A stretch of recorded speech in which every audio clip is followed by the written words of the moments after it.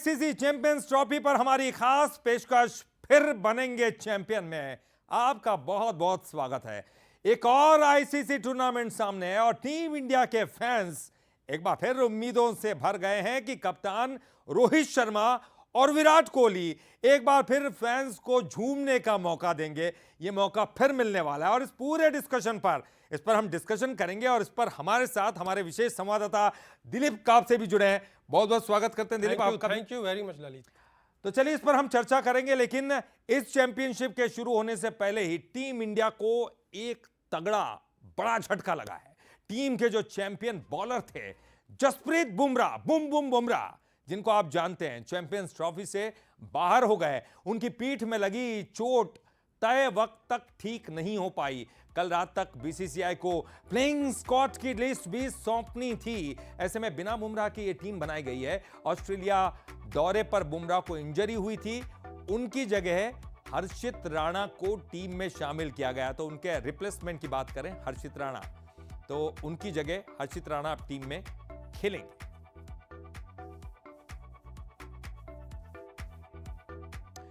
क्या कहते हैं दिलीप, हर्षित राणा एक बेहतर रिप्लेसमेंट है?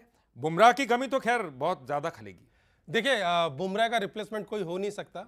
आप दुनिया में किसी भी टीम के कप्तान से, कोच से, खिलाड़ी से या फैंस से पूछ लीजिए, वो मानेगा कि बुमराह से बेहतर तो कोई हो ही नहीं सकता। मौजूदा दौर में वर्ल्ड क्रिकेट के बेस्ट बॉलर है और किसी टीम के पास अगर बुमराह है तो उसका एज उसे मिलेगा। वो टीम मान लीजिए 20-30% जो है मैच में वैसे ही आगे मानी जाएगी। और बुमराह के ना होने से ये जो एज हमेशा भारतीय टीम को मिलता है वो अब नहीं मिलेगा। आप T20 वर्ल्ड कप याद कर लीजिए, अहम मौकों पर जब जरूरत थी तब बुमराह ने विकेट्स दिलाए और खासतौर पे फाइनल में कौन भूल सकता है जो अहम विकेट जो चाहिए था, लगभग जो है अफ्रीका मैच के करीब थी, फाइनल जीतने के करीब, वहां पे बुमराह ने एक चमत्कारिक तरीके से एक स्पेल डाला, न केवल रन्स रोके बल्कि अहम विकेट्स भी निकाल कर लाए, जिसके बाद में बचा हुआ काम जो है बाकी गेंदबाजों ने किया। तो ऐसे गेंदबाज का बाहर होना बहुत बड़ा चिंता का सबब है। रही बात हर्षित रिप्लेसमेंट होंगे, हर्षित क्या कोई भी गेंदबाज बुमराह का रिप्लेसमेंट नहीं हो सकता। हर्षित अच्छे गेंदबाज है, युवा है, चालाक है, आईपीएल में गेंदबाजी करने का अच्छा तजुर्बा है, लेकिन ये 10 ओवर यहां डालने होंगे। ये वनडे मैचेस में हमने देखा है कि थोड़ी सी मार उन्हें पड़ी है, विकेट्स वो ले रहे हैं। हर्षित मुझे काफी कुछ जो है हमारे पूर्व जो गेंदबाज हैं और अजीत आगरकर, चयन समिति अजीत आगरकर जैसा आप उनका स्टाइल देख, हाँ वो कुछ ऐसे है, उस तरह का स्टाइल नहीं है उनका। जो खेलने का, गेंद फेंकने का तरीका और जिस तरह से ओवरऑल जो चीजें मुझे उनकी याद दिलाती है, क्योंकि आगरकर जो है विकेट टेकर थे, विकेट हमेशा झटक लेते थे, पार्टनरशिप ब्रेक करते थे, विकेट लेते थे, लेकिन बहुत ज्यादा रन्स भी उनको पड़ते थे, इकोनॉमी उनकी बहुत ज्यादा होती थी। तो मुझे हर्षित के साथ एक समस्या ये दिखती है कि इकोनॉमी जो है उनकी बहुत ज्यादा है और वनडे में इकोनॉमी, आप T20 में 7-8 के दरमियानी इकोनॉमी बर्दाश्त कर लेते हो, लेकिन वनडे एक ऐसा गेम है जहां आपको 10 ओवर फेंकने होंगे और वहां पर इकोनॉमी पे काबू रखना बहुत जरूरी होगा। तो हर्षित के लिए एक चैलेंज रहेगा यहां पर। आपके हाथ में बॉल है और जब बॉल, पहले स्पेल की अगर बात करें, बॉल हाथ में होती तो एक प्रेशर होता है मानसिक रूप से। अब तो उनके सामने अगर देखें तो सिर्फ शमी है। शमी के ऊपर कितना प्रेशर आप देखते हैं? देखिए, यहां पे दोनों चीजें हैं ललित। शमी के ऊपर प्रेशर इसलिए क्योंकि बॉलिंग पार्टनर बुमराह जो है वो नहीं है, और बहुत मौकों पर हम देख रहे हैं कि जहां शमी अवेलेबल नहीं है बुमराह अकेले होते हैं। अगर ऑस्ट्रेलिया में जैसे रिकी पोंटिंग ने भी ये कहा था कि अगर शमी अवेलेबल होते तो वो मामला कुछ और हो जाता वहां पर। तो बुमराह और शमी हमारे पास दो वन ऑफ द ग्रेटेस्ट जो बॉलर्स है, पेयर है, बॉलिंग पेयर का, वो मौजूद है। जैसे पाकिस्तान के पास कभी वसीम और वकार था, लेकिन अफसोस की बात यह है कि ये दोनों बहुत ज्यादा साथ में नहीं खेल पाते हैं। 2023 का वर्ल्ड कप आपको याद होगा किस तरह पेयर में लोग विकेट चटकाते थे, एक गेंदबाज आके दबाव बनाता था, दूसरा विकेट ले जाता था, या जहां पार्टनरशिप जम जाती थी वहां पर शमी आकर ब्रेक करते थे। तो जाहिर तौर पर शमी और बुमराह अगर साथ में होते तो ये सोने पर सुहागा होता। जहां तक शमी पर प्रेशर की बात है तो बिल्कुल प्रेशर होगा। अर्शदीप और हर्षित दोनों नए गेंदबाज है, युवा गेंदबाज है, और ये 50-50 ओवर्स का उनको बहुत बड़ा अनुभव नहीं है। तो जाहिर तौर पर शमी के ऊपर ज्यादा जिम्मेदारी होगी, लेकिन एक फाइटर है शमी ललित, और हमें यह मानना होगा कि जब भी बहुत ज्यादा प्रेशर आता है तो शमी उस दबाव में निखरते हैं, और यही एक चैंपियन की पहचान होती है। तो अपने बॉलिंग पार्टनर के, मेन बॉलिंग पार्टनर के ना होने से शमी के ऊपर एक जिम्मेदारी होगी, और मैं समझता हूं कि उस जिम्मेदारी का वो निर्वाह करेंगे, उसे बहुत अच्छी तरह पूरी करेंगे और उस प्रेशर में वो निखर के आएंगे। इसका फर्क पड़ता है कि दूसरी एंड पे कौन सा बॉलर है। क्योंकि बिल्कुल, बैटिंग में तो बिल्कुल पड़ता है क्योंकि हमको रन बिल्कुल लेने हैं। पड़ता है। आप जी। डबल डब्ल्यू जो है वकार और वसीम की हम अक्सर बातें करते हैं, हम मैकग्राथ गिलेस्पी की बातें करते हैं, तो जाहिर तौर पर ऐसा होता है और ऐसा हमेशा देखने को आता है। एक बॉलिंग पार्टनर का दबाव में रखना बहुत जरूरी होता है, तभी दूसरा जो स्ट्राइक कर पाता है। ललित, बहुत बहुत सही बात कही। और आप हर्षित की भी बात कर रहे हैं, देखना होगा कि हर्षित कितना बड़ा रोल निभा पाते हैं। बहरहाल कल के मैच की बात कर लेते हैं और उस पर भी डिस्कशन करेंगे। कल अहमदाबाद में टीम इंडिया ने इंग्लैंड को क्लीन स्वीप कर दिया। देखिए, थोड़ा नुकसान कई बार होता है। तीसरा वनडे मैच था, 142 रनों से जीतकर भारत ने 3-0 से सीरीज पर कब्जा कर लिया। नरेंद्र मोदी स्टेडियम में बुधवार को इंग्लैंड ने टॉस जीतकर पहले बॉलिंग करने का फैसला किया। भारत ने 356 रनों का पहाड़ जैसा स्कोर बना दिया। जवाब में इंग्लिश टीम 34 ओवर और 2 बॉल रहते ही जो है 214 रन बनाकर ऑल आउट हो गई। बहुत कम रन बना पाई। भारत के लिए शुभमन गिल ने सेंचुरी मारी थी। श्रेयस अय्यर ने 78 रन बनाए। विराट कोहली ने 52 और केएल राहुल ने 40 रन बनाए हैं। हर्षित राणा, हार्दिक पांड्या, अक्षर पटेल, अर्शदीप सिंह को 2-2 विकेट मिले हैं। ये एक बड़ी बहुत महत्वपूर्ण बात हो जाती है, क्योंकि हर्षित पटेल की बात कर रहे थे, 2 विकेट तो ये इस वाले मैच में चटका है। आने वाले मैच के बारे में भी आप कुछ बताएंगे? जी बिल्कुल, यहाँ पर इंपॉर्टेंट पार्ट मैंने जैसे पहले भी कहा है कि वो विकेट लेते हैं, विकेट टेकर है। और जैसे कि एक कारनामा उन्होंने किया है कि डेब्यूटेंट जो है तीनों फॉर्मेट में 3-3 विकेट लेने वाले एकमात्र डेब्यूटेंट है वो इंडिया के लिए थे। कारनामा तो उन्होंने किया है, विकेट वो चटका जाते हैं। मेन प्रॉब्लम जो है वो है रन्स की। जी, ये बताइए, Shubman Gill player of the match और प्लेयर ऑफ द टूर्नामेंट बने। खराब फॉर्म, जूझ रहे थे और हम ये तमाम चीजें देख रहे थे। ये सीरीज लेकिन उनके लिए बड़ी कमाल की रही है, क्या कुछ कहेंगे? बिल्कुल, शुभमन गिल ने हमने देखा कि टेस्ट मैचेस में भी वो लगातार स्ट्रगल कर रहे थे। बहुत ज़्यादा सवालिया निशान उनके फॉर्म को लेकर उठे थे। लेकिन हमें याद करना होगा कि 2021-2022 का जो दौर था, उस दौरान हमने देखा था कि शुभमन गिल किस लेवल पे खेल रहे थे, किस तरह से 100s कर रहे थे, किस तरह से हाफ सेंचुरीज कर रहे थे, किस तरह से रन्स कर रहे थे। मुझे याद है उन्हें डेंगू हुआ था और डेंगू होने के बाद जो है अचानक जब वो वापस आए ललित, वहाँ से उनका फॉर्म जो है वो गड़बड़ा गया था और उसके बाद से लगातार वो स्ट्रगल कर रहे थे। लेकिन टीम मैनेजमेंट, कोच और कप्तान तीनों को भरोसा था कि शुभमन गिल किस कैलिबर के बल्लेबाज हैं। उन्होंने शुरुआत में दिखा भी दिया था अपना टेम्परामेंट, अपना क्लास और अपना टैलेंट। तो जाहिर तौर पर जो उनके साथ बने रहे। और कल की इनिंग थी शुभमन गिल की, वहां पर आप देखिए कि कितना बढ़िया वो, जैसे एक 50 ओवर 50 ओवर के मैच के लिए दरकार होती है बल्लेबाजी की, वैसी उन्होंने बल्लेबाजी की। उन्होंने स्ट्रोक्स प्ले भी किया, उन्होंने लंबे शॉट्स भी मारे, छक्के भी मारे। लेकिन उनके शॉट्स में एक नजाकत दिखती है, चतुराई दिखती है, कलात्मकता दिखती है। वो बहुत ज्यादा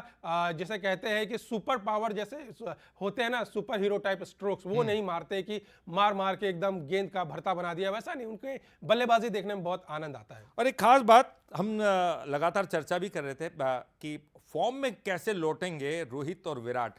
अब ये जब पारी देखते हैं विराट की 50, इसको आप कैसे देखते हैं? और क्या एक प्रकार से देखें कि चैंपियंस ट्रॉफी के पहले कप्तान रोहित और विराट का फॉर्म में लौटना चिंता को मिटा रहा है? हम ये सोचें कि आने वाला समय बहुत अच्छा है, राहत की बात है। देखिए, 2 सबसे सीनियर बल्लेबाज हैं और जाहिर तौर पर इस फॉर्मेट में तो वो दोनों ही सचिन तेंदुलकर के बाद सबसे बड़े बल्लेबाज हैं भारत के लिए। और ये कमाल की बात यह है कि दोनों साथ में खेल रहे हैं। और हम हमेशा देखते हैं कि एक बल्लेबाज जो है वो फॉर्म में आता है तो उसका जो जोड़ीदार है वो भी फॉर्म में आ जाता है। एक मनोवैज्ञानिक उससे लाभ मिलता है। जब रोहित ने 100 किया था तभी हम लोगों ने ये बात की थी, सभी लोग ये बात कर रहे थे कि अब विराट का जो फॉर्म है वो ज़्यादा दूर है नहीं। 100 उन्होंने ऑस्ट्रेलिया में किया था, लेकिन वो एक ठीक का 100 मैं मानता हूँ। वहाँ पर बाकी पारियों में वो बहुत बुरी तरह ऑफसाइड के बाहर आउट हो रहे थे, आलोचना हो रही थी, लेकिन उस 100 की वहाँ पर कोई अहमियत नहीं रह जाती। कल के जो 50 रन थे, मैं समझता हूँ उन्हें कॉन्फिडेंस दिया होगा।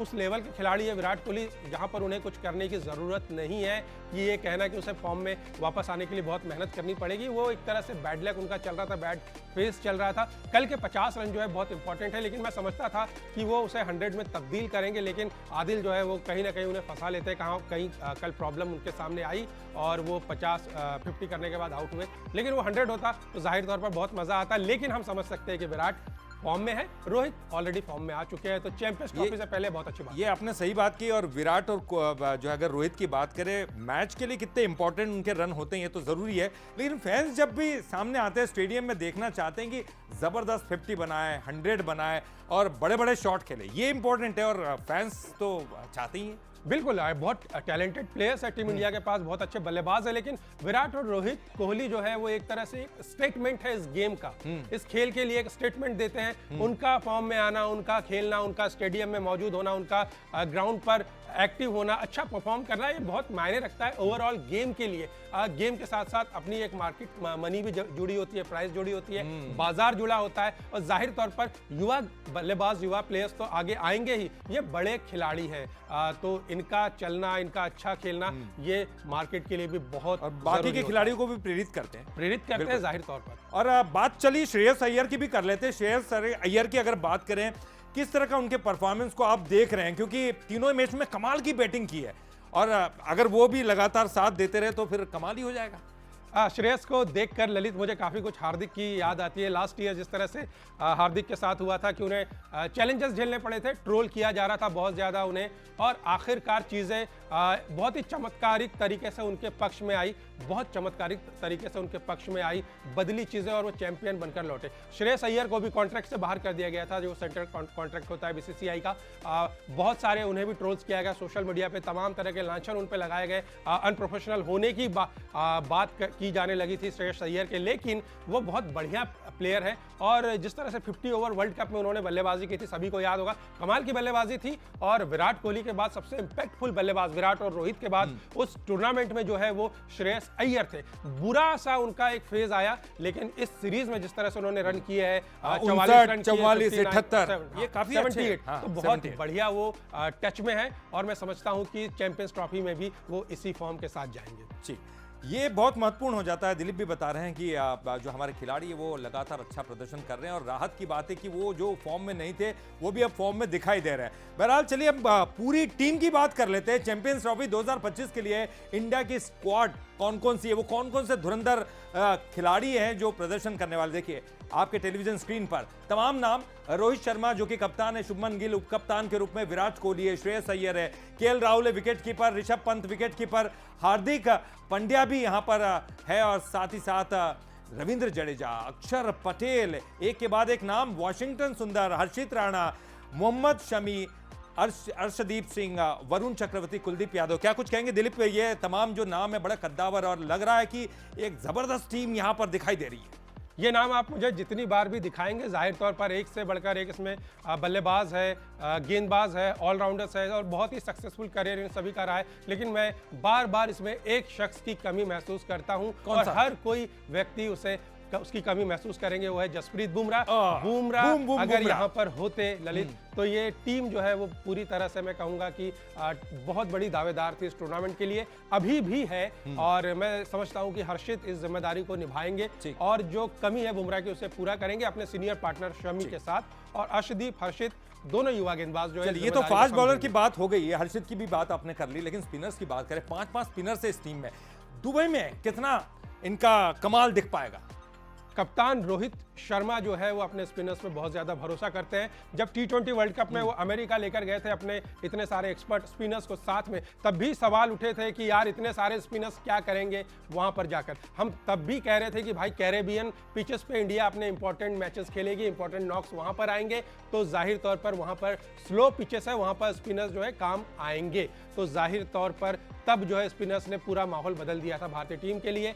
यहाँ पर मुझे लगता है कि दुबई में जो है आमतौर पर हाई स्कोरिंग मैचेस होते हैं, लेकिन कई मैचेस आप देखेंगे कि वहाँ पर 120-140 के बीच भी हमें दिखते हैं। और जब भी स्पिनर्स अच्छा करते हैं दुबई में, तो सामने वाली टीम ज़्यादा बड़ा स्कोर क्रिएट नहीं कर पाती है, नहीं बना पाती है।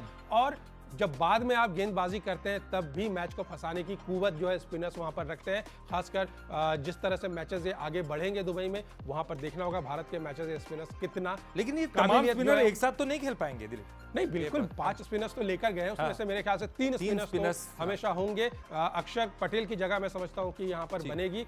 वरुण चक्रवर्ती अगर खेलते हैं तो बहुत ही कमाल की चीज हो जाएगी। और मुझे लगता है कि कुलदीप और वरुण में से ही कोई जो है वो चॉइस उनकी बन पाएंगे, और रविंद्र जडेजा और अक्षर पटेल शायद टीम में बने रहेंगे। मुझे लगता है मैदान को देखते हुए या तमाम फील्ड कंडीशंस और तमाम चीजों को देखते हुए, हाँ, और फिर मैचेस की क्या इंपॉर्टेंट है, किस तरह की फॉर्म है। अक्षर जो है वो कमाल की बल्लेबाजी भी कर रहे हैं, तो मुझे तो नहीं लगता कि अक्षर को अभी रोहित छेड़ेंगे। हो सकता है कि मेरे ख्याल से वरुण और कुलदीप में से कोई एक जो है। लेकिन अगर पेसर्स की भी बात कर ले तो शमी के साथ कौन ज्यादा परफॉर्म करते हुए दिखाई देगा, अर्शदीप या फिर हर्षित जिनके आप बात कर रहे थे? थोड़े से इकोनॉमी उनकी ठीक नहीं है।